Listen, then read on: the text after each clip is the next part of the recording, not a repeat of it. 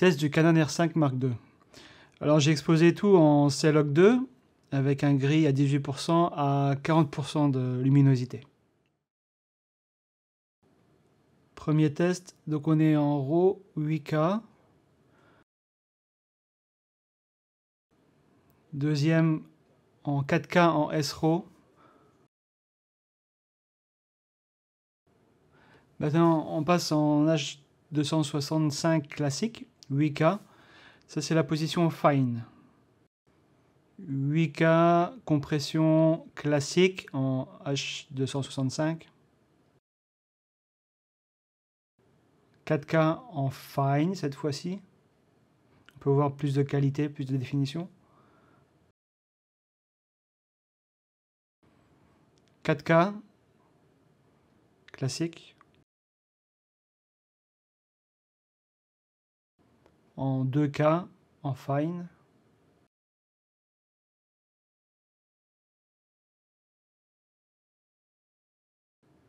Et en 2K classique.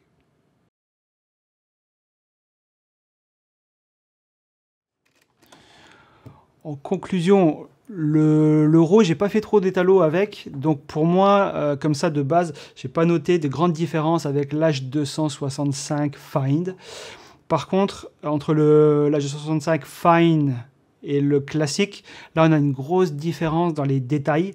Donc bien sûr, en RAW, on a tous les détails qu'il faut. En H265 Fine, il n'y a pas une grande différence, je trouve. Et maintenant, avec le H265 normal, là, on perd beaucoup d'informations dans les détails.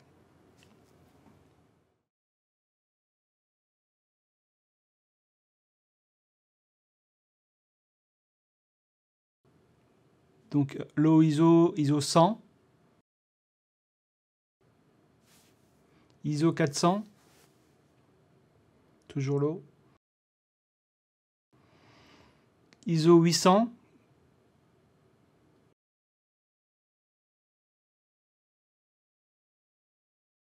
Ici, on monte en 3200 ISO et on voit le bruit qui explose.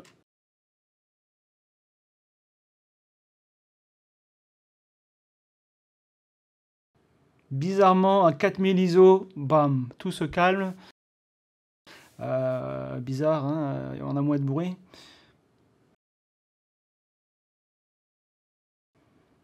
6004.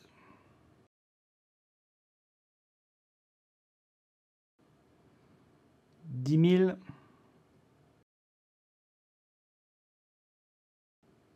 Et 12 800 ISO.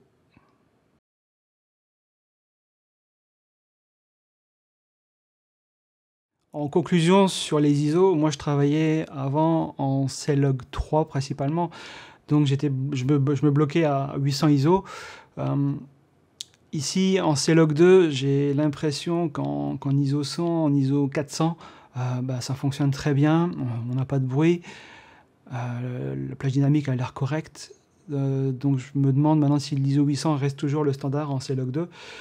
Ce que j'ai noté, c'est que le bruit, il progresse, il progresse jusqu'à magique. Enfin, c'est magique, mais dès qu'on arrive à 4000, par contre, le bruit part. Donc, on peut se poser la question, il n'y aurait pas une sorte de dual ISO quelque part maintenant. Bon, c'est mon expérience personnelle, rapide. Maintenant, à vous de creuser et de développer tout ça.